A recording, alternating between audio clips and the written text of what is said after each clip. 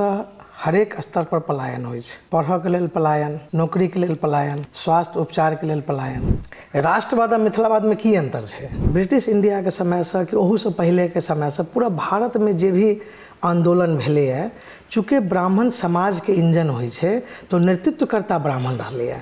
बिहार सरकार के ज्यादा रोल छै एहिमे जे एक मैथिल के दोसर मैथिल के खिलाफ ठाड़ करऽ में बहुत स्तर तक सफल भऽ गेल। जे केंद्रीय मैथिली जकरा कहै छियै, जे जकर केंद्र दरभंगा छै, ओहिके अगल बगल के 5-7 गो 8 गो जिला, तकरा खिलाफ ओकरे बगल में एकटा बज्जिका बोली के कहऽ लगलै जे ई मैथिली नहीं छै, मैथिली फूल नहीं फुलवारी छै।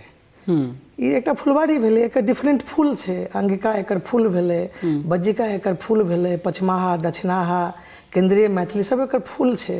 तो मैथिली एकटा व्यापक विस्तृत भाषा छै।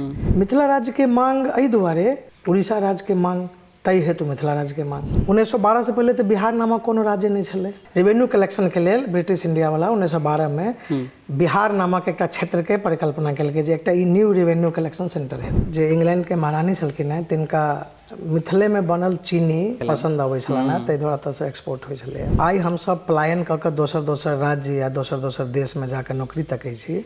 ओहि समय में हमरा जनतब, हमरा जते जानकारी है, अंग्रेज सब जे इंजीनियर छलैए से हमरा सबके चीनी मिल में काज करै छलैए।